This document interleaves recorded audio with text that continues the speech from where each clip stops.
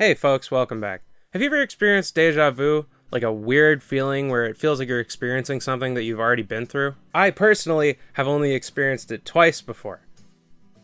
But I'm currently experiencing it a third time. That was stupid. I don't know what I was going for there. Silent Hill. Here we go again. Ever since I started making videos for this stupid ass website, I've been talking about Silent Hill, and everybody loves it. Right? And from day one, I've been telling you over and over again that there are only 4 good Silent Hill games, and they're the first 4. Silent Hill 2, Silent Hill 3, and Silent Hill 4. The Room. He said the thing everyone else was thinking, because they have the same name, it's so funny. And I'm sure many of you will be pleased to hear that I've actually never even played any games in the series past 4. But I still hate them, because I'm a mean guy who says mean things on the internet. No, but I think the reason that a lot of fans aren't huge into anything past Silent Hill 4 has to do with the fact that Team Silent was disbanded by Konami in 2005 because they wanted Western development studios to take over Silent Hill. So, I mean, you can kind of see why people have a bad taste in their mouth, right? It sucks when a development studio stops making a game you like, because no matter how close the new team gets, it's never going to be the same. But enough about post-Team Silent Hill. That's a story for another time. A spooky story for another time. Today we're talking about well, the last one I did was Silent Hill 3, so, Silent Hill 4, right? The Room. It's a great subtitle, definitely necessary. Silent Hill 4 is a weird game. If I were a betting man, I'd wager to guess that if you asked a bunch of Silent Hill fans to rank the original 4, they'd probably put this one on the bottom. But we're not talking about most Silent Hill fans. We're talking about me, Ben. I've played this one a couple of times, and I really liked it. It's certainly different from the other Silent Hill games. And when I say different, I mean different. But enough goofing around, okay? You know the drill. It's Silent Hill 4 time. Arthur, so help me God if you don't hit that fucking music.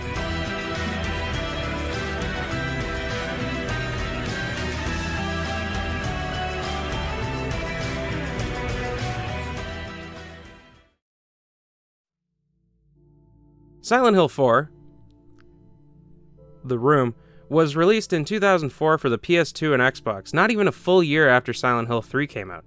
What is this? Five Nights at Freddy's? More like Five Nights at Robbie's. I'm sorry, that wasn't funny. Some of our Team Silent friends making their returns include Akira Yamaoka on the music and sound design, Akihiro Imamura as a producer, Masashi Tsubayama on the art direction, and Silent Hill 2 drama director Suguru Murakoshi writing the scenarios and directing. Not to completely change the subject, but after Silent Hill 4, Masashi Tsubayama left Konami to join Goodfeel, where he would go on to be an artist on Yoshi's Crafted World. And I don't think I need to explain why that's hilarious. The game starts up in what is soon going to be revealed to be a nightmare. Spooky guys coming out of the wall. I don't know, you'll figure it out. But anyway, the game opens up with a guy waking up from said nightmare. Maybe if you didn't wear jeans to bed, you'd sleep better, but hey, I mean, live your own life, man. Let's give a warm welcome to our main protagonist, Henry Townsend, likely named after Pete Townsend of the English rock band The Who. Fun fact about Pete Townsend, his credit card information was once found on a website that provided, let's say, illicit content of individuals below a certain age. Yeah. But don't worry, he didn't do anything wrong. According to him, he just did it for research purposes. Yeah. Thank God for that, right? I almost thought for a second there that the police let a person get away with a heinous crime because they were rich and famous. It's a good thing that's not the case, huh? Unfortunately, Henry has been locked inside his apartment for several days. His phone and TV don't work, his windows won't open, he's completely and totally stranded. Despite the phone not working, Henry gets a call from a woman screaming for help. We take control of him from a first-person perspective in his apartment, which is pretty cool, and I'll go into detail about it later, but in a nutshell, there's all kinds of stuff here you can interact with. If you look through the peephole in the door, you see Henry's next-door neighbor, Eileen Galvin, picking up groceries she dropped on the floor. Also, there's 15 bloody handprints on the wall. Remember that, because it's important for later. A big crash can be heard from the bathroom, and upon inspecting it, Henry finds a giant hole in his wall and logically decides to climb on in. He crawls through the tunnel to find himself descending an escalator into a subway station. We run into this lady, Cynthia, who seems to think that she's in a dream. Anyway, I want to get out of here, but I can't find the exit. Will you help me find it? I'm kind of scared all alone. I'll do a special favor. for you later. Am I right, ladies? Even in your dreams, fellas expect a little something in return. It's fucked up. Various nonsense occurs in the subway station, such as monsters, worms, ghosts, all the good Silent Hill stuff. Eventually, Henry enters the token booth to find Cynthia bloody and dying on the floor. Aw, man, we didn't even get to do that special favor that she promised. I never got to do that special favor for you. Alright, whatever. I guess we're all comedians, even when we're actively bleeding out.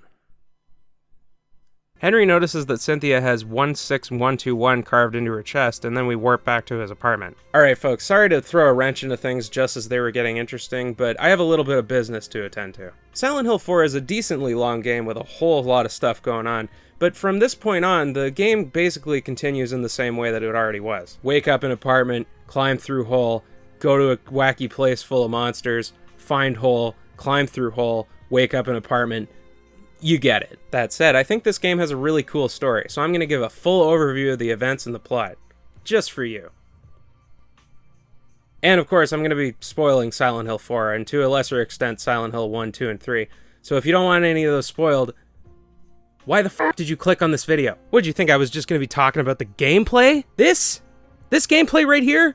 It's a fucking walking simulator! Jesus!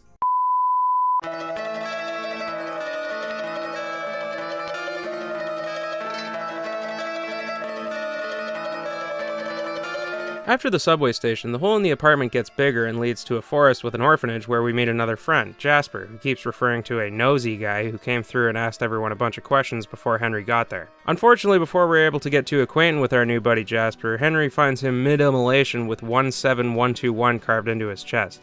Spooky. Also, spoiler, but it doesn't actually say 17121. It says 17/21, so 17 out of 21. That gets revealed to you in a document later, but I don't remember when it happens, man.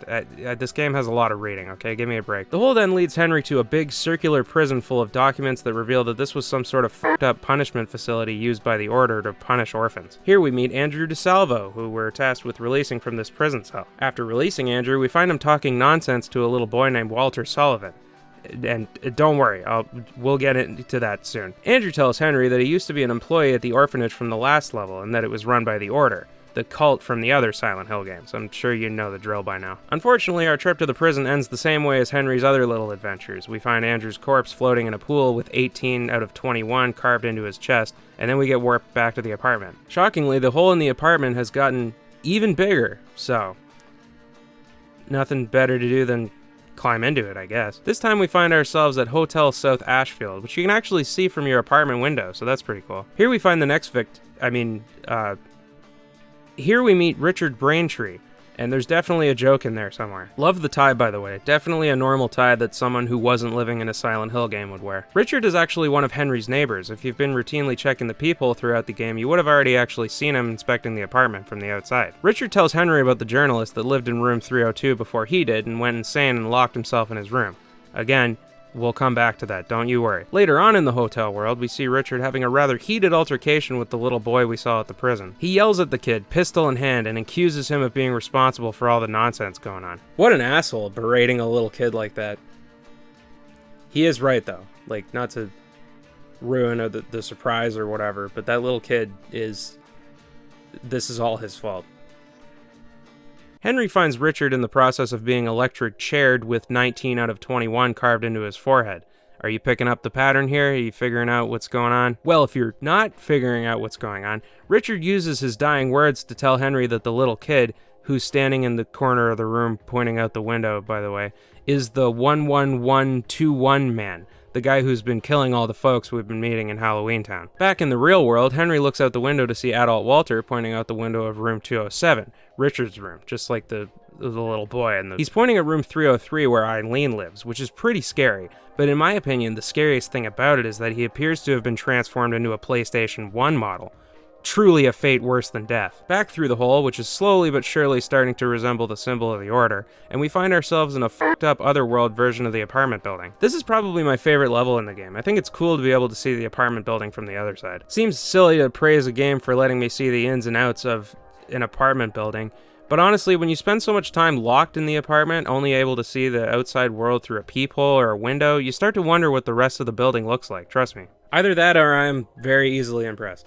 After some exploring, we find baby Walter standing over a bloodied Eileen who has 20 out of 21 carved into her back. Back in the real world, we see an ambulance taking Eileen to the hospital, and the hole in the wall has become completely blocked off. Thankfully though, the laundry room now has 4 rectangle-shaped indents in the wall that match the rectangles we've been collecting. Classic Silent Hill with the blocks and holes puzzles, baby. This is a man's game. Anyway, it creates another hole that leads to... I want you to guess what the next area is. I'll give you a hint. This is a Silent Hill game. Well, folks, if you guessed that the next area is a hospital, you win! You know, people die in hospitals, and that's really scary. So it only makes sense. We gotta put a hospital in the scary game. Come on now. And you know what else is scary? Wheelchairs. Wheelchairs that move on their own. Regular stationary wheelchairs aren't very scary. Anyway, eventually we find Eileen, who is severely injured but still alive. Henry tells her about the hole that he's been using to escape and decides to tag along, but unfortunately the portals only exist for Henry. Eileen says that she can't even see them in the wall. So the goal becomes to save Eileen from the nightmarish hellscape she finds herself in, and also probably move far away from Silent Hill, because evidently even a half-day's drive isn't far enough away to avoid all the bullshit that's always going on there. Okay, that's about as far as I'm willing to go with the whole overview of the game, because, to tell you the truth, the second half of this game is pretty fucking boring. But we'll get into that in a little bit. Now it's time for chapter 2, I think, which is the story.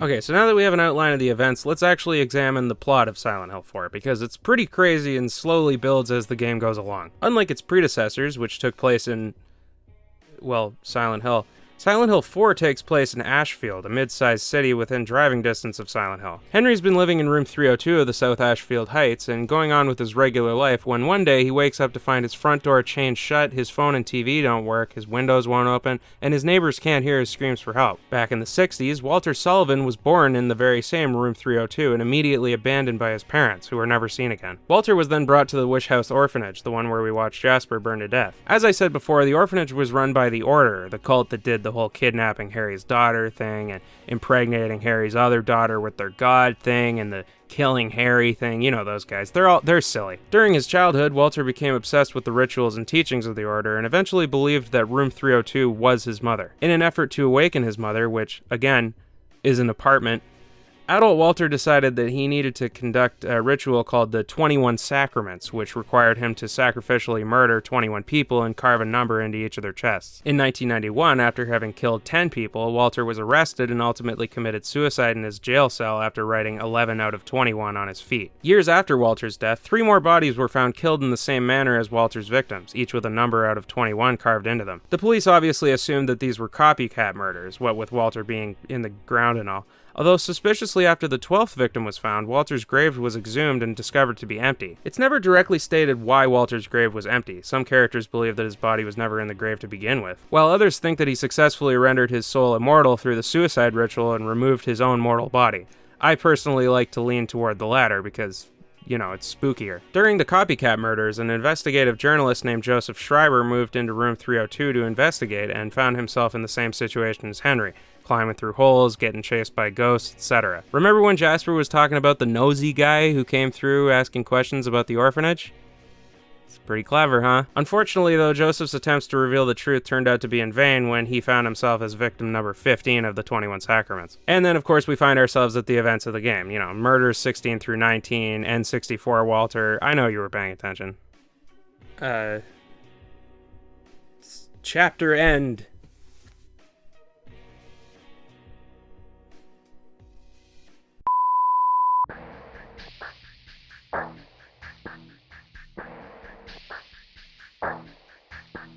So here we are in everyone's favorite part of every Silent Hill game, the gameplay. Be honest. Who's out here loving those tank controls, boys? You don't have to be shy. I know we're all thinking it. No, but in real life, we all know that if Silent Hill finds itself winning any awards, it probably won't be the gameplay. And before you get mad, keep in mind that I could have said that in a much meaner way. If you watched my Silent Hill 3 episode, you'll hopefully remember that I criticized that game for basically changing nothing when it came to the gameplay. It still had the fixed camera angles, tank controls, the combat was shit, etc. And yeah, sure, the appeal of Silent Hill hasn't ever really been the gameplay. It's the atmosphere, story, horror, and so on. But I still found it kind of lame that after 3 installments, they still hadn't even tried to change up the gameplay whatsoever. Because of that, you'll probably be pleasantly surprised to learn that Silent Hill 4 actually made a few differences to the gameplay. For starters, and you're gonna want to sit down for this one, Silent Hill 4 doesn't have tank controls. No! It only took them 4 installments, but with The Room, Team Silent finally figured out that the majority of people prefer to control characters that move like actual human beings instead of a Roomba that's stuck on a chair leg and can't figure out how to get around it. Poor thing, he's trying his best. Henry simply walks in the direction you point the stick. It's pretty wicked, I'm not gonna lie. And hearing that, you'd probably think, wow, Ben, no tank controls? What else did they improve on in this one?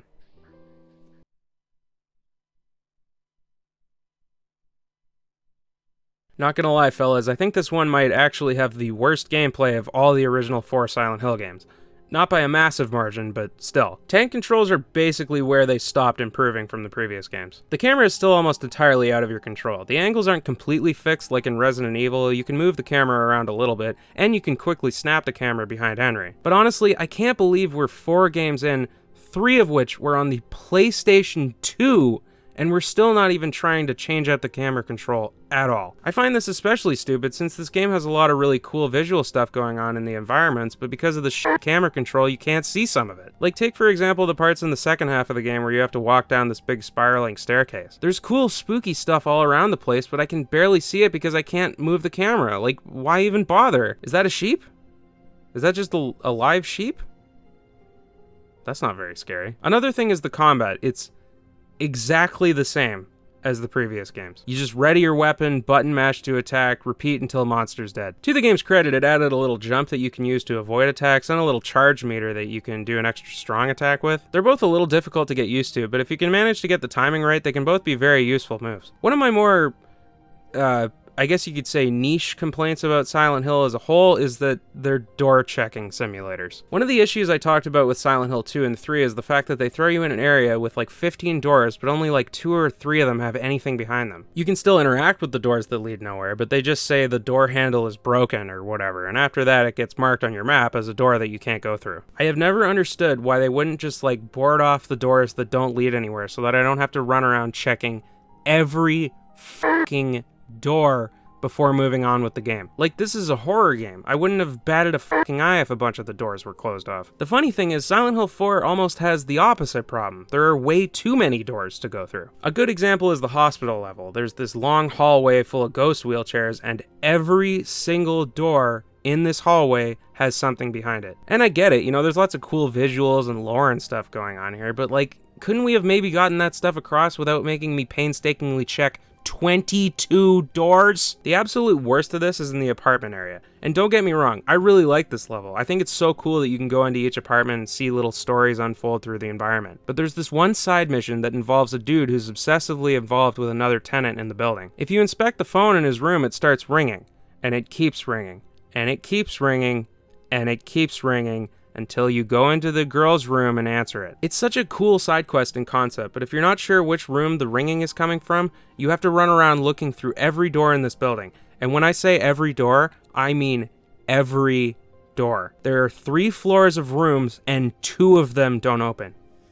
2! Yet another super awesome thing is that now you have a fucking inventory limit. And when I say inventory limit, I mean it like this. At any given time, Henry can hold on to a maximum of 10 items with him. And that includes healing items, key items, weapons, bullets stacked, but only up to 10, meaning that if you have the gun and 20 bullets, that alone would take up 30% of your inventory. And all that leads into the biggest difference between this game and the other ones. The room.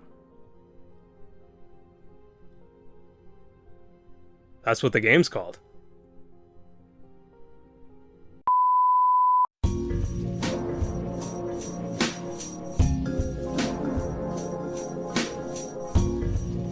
So I've kind of danced around talking about it for a bit, but now let's get into it. Let's talk about this here room. Room 302 is obviously very important to the story, but it's also a major game mechanic in itself. Every area Henry finds himself in has a giant round portals that lead him back to his apartment. Once you head back, the game switches into a first-person perspective. Your health refills, you can manage your inventory in an item box, and save at the iconic red rectangle. In a nutshell, Henry's apartment is a safe room, but that's only like 1% of the function this room serves. It's also full of stuff you can interact with that change depending on where you are in the game. Documents will appear in your room that give you hints about how to solve puzzles or fight enemies. Sometimes they have items attached, and sometimes it's just to further explain the story. It's very cool. You can look out the window and see other people who live in the building. There's a hole in the wall that you can see Eileen's apartment through, and you can look through the people in the door and sometimes see people discussing their suspicions about room 302. Okay, I feel the need to mention this because everybody else seems to find it super scary. Not me, but, you know. If you look into Eileen's room enough times, eventually the little Robbie plush on her bed will turn his head and point at you, and then he'll stay in that position for the rest of the game. I bring this up because it's one of the most iconic moments in any Silent Hill game. I guarantee that if you were to Google scariest Silent Hill moments, Point and Robbie would be in there. And I mean, like, I don't want to ruin anybody's fun, but I don't get it, man. I understand that the concept is scary, you know. Inanimate objects generally aren't supposed to move on their own, but, like, did you really expect him not to move or do something? Like, it's a Silent Hill game. He wasn't just gonna sit there the whole time. I don't know, whatever. Be scared of whatever you want. It's none of my business. I don't get it, man. I'm sorry. I don't get it. And you've got a phone, and you can punch numbers into it. I don't know if it actually does anything, honestly, but there are also lots of times where you have to go back to your room to solve puzzles in Walter's other worlds. For example, in the hotel world, you find a document that says that the code for a locked door is the last 4 digits of the bar's phone number, a number that you can conveniently see from out your window. Essentially, the room serves as a place to give you a break. At least for the first half of the game. Alright. I know that this episode's getting a little packed, but I assure you, there's only a couple more things that I have to talk about. And there's one thing in particular that I really have to talk about, because it's the thing that makes Silent Hill 4, let's say, infamous. If you're familiar with this game, you probably already know what I'm talking about. But if you're not, you're probably wondering why this is widely regarded to be the worst of the Team Silent era. And, let's just say, it's not the inventory limit.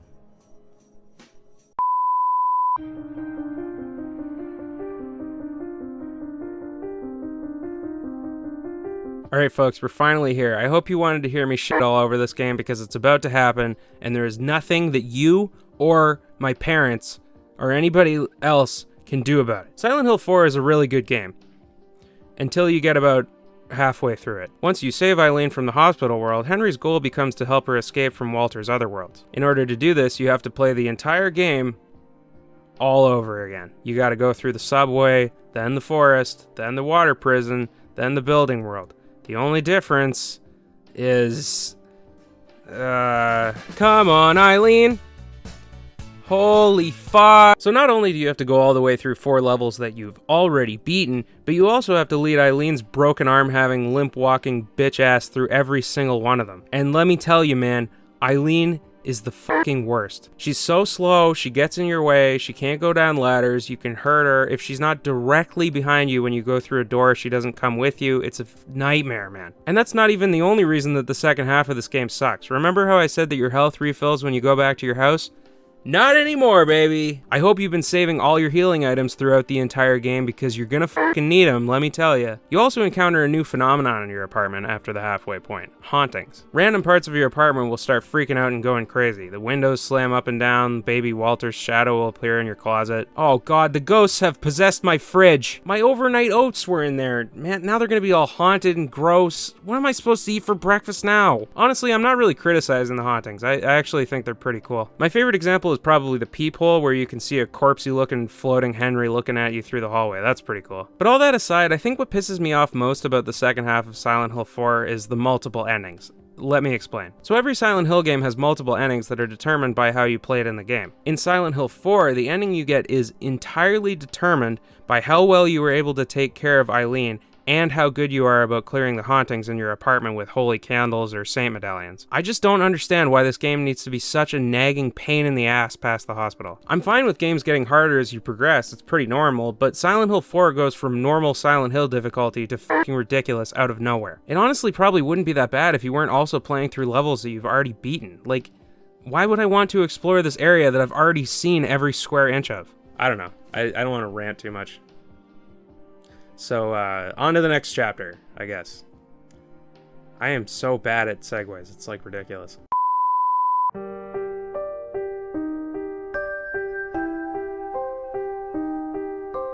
Silent Hill is a series known for its visuals, themes, and symbolic storytelling. Silent Hill 2 tells the downfall of James Sunderland, but it also deals with themes like guilt, infidelity, and mental illness, to name a few. Similarly, Silent Hill 3 deals with identity, adolescence, and the pressures put on young women by society as a whole. Silent Hill 4, on the other hand, doesn't really rely too heavily on themes and symbolism. It mostly just tells the story of Walter Sullivan and the 21 Sacrament killings. And that's not a bad thing, trust me. I only bring that up to preface that my analysis isn't going to be as hinged on symbolism as it was with Silent Hill 2 and 3. Despite all its shortcomings, Silent Hill 4 is such a cool game. Sure, I really wish that the gameplay was more of an evolution from its predecessors, and I really wish they didn't just hit the reset button halfway through. But it would be kind of dumb of me not to give credit where credit is due. Team Silent tried something different with Silent Hill 4. Henry Townsend, an everyman, the likes of which we haven't seen since Harry Mason in the first Silent Hill, finds himself locked in his apartment, which slowly reveals itself to be haunted as the game goes along. I've always been intrigued by the concept of a story that takes place entirely in one location, especially within a horror context. The story going on, while not as symbolic and metaphorical as its predecessors, is really cool,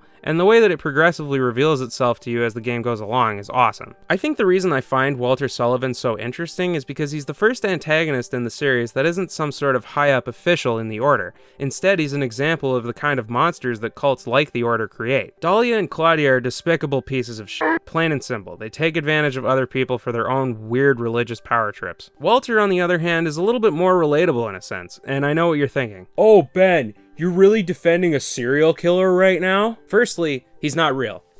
He's fictional, so just take it easy, Tiger. And secondly, no, I'm not going to try and argue that Walter was justified in killing 18 people just because an apartment told him to do it. Trust me, you'll understand. You just pay attention. And if anybody watching this is a serial killer, knock it off, okay? And go tell the police. You can't be doing that.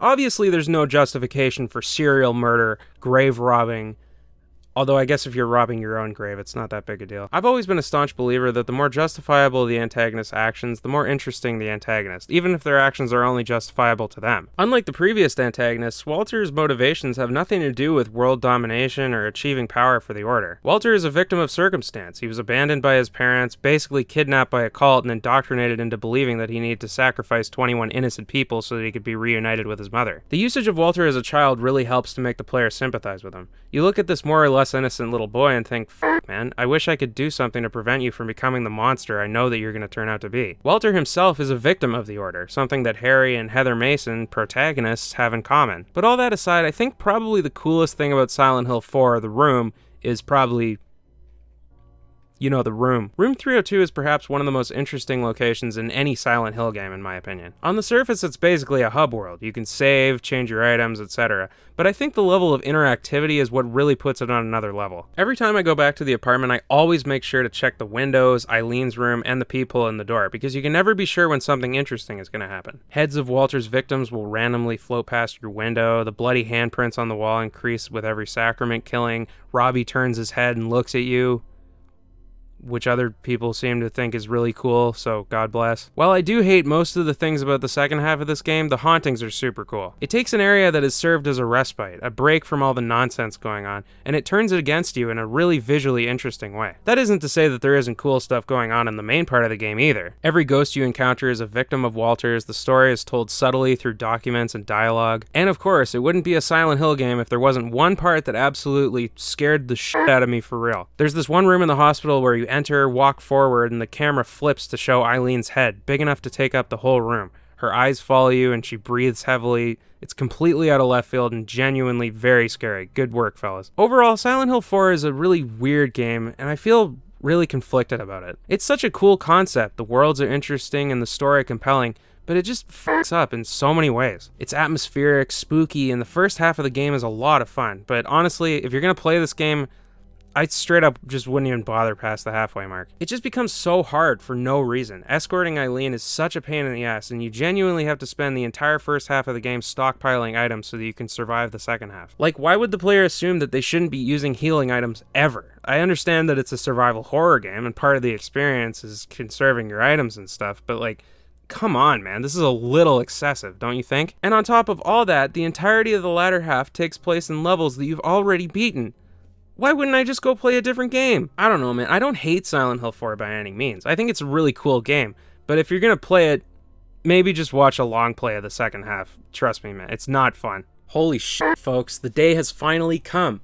I've finally talked about all 4 Team Silent games. I almost find myself at a loss for words. I mean, what can I even say that hasn't been said about Silent Hill a million times before? It's such an important series. Regardless of how it's been handled over the years, psychological horror in video games, and honestly, just psychological horror in general, wouldn't be where it is today if not for Silent Hill. Even Silent Hill 4, with its myriad of bullshit, is still a really special game for me, and there's a lot to love about it. So with that said, what do you say that we rank all 4 of them from best to least goodest? At the top, you got Silent Hill 2.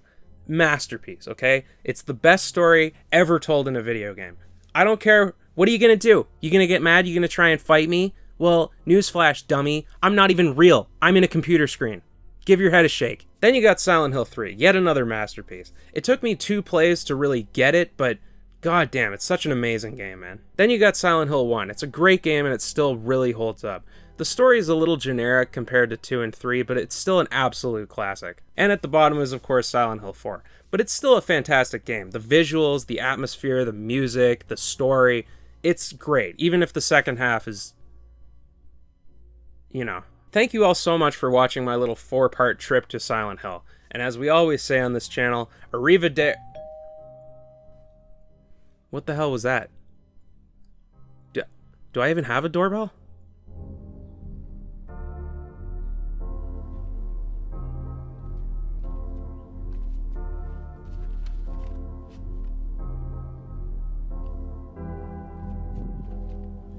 Well, you're not going to believe this, but it's a letter from Arthur. It's so weird. Why would Arthur send me mail? His closet is just, I mean, his office is just down the hall. Dear Ben, as you know, I am currently on vacation in Vienna. Oh yeah, Arthur's off visiting his home country of Austria. Not that I forgot that he was gone, I regret to inform you that I was dishonest about visiting family in Austria. Well, I am visiting family just because I'm in town, but it's more of a, well, I may as well stop by, it would be kind of rude not to kind of thing, you know? Not to suggest that it's an obligation or anything. That's not what I meant. Anyway, I want you to know that I'm aware of the achievement you've made. All 4 Team Silent games. Who knew this day would come? Punchline. I did. The true reason I've come to Vienna is to meet with some nefarious individuals. Just some absolute sons of bitches.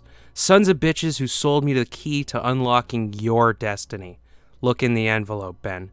You'll understand when you look in the envelope. Love you. See you in the next episode. Arthur. Oh god. A copy of Silent Hill Origins on PS2? Give me a break, okay? This game's like $200. Arthur, you son of a bitch! Will Idiot Ben conquer the allegedly mediocre Silent Hill games?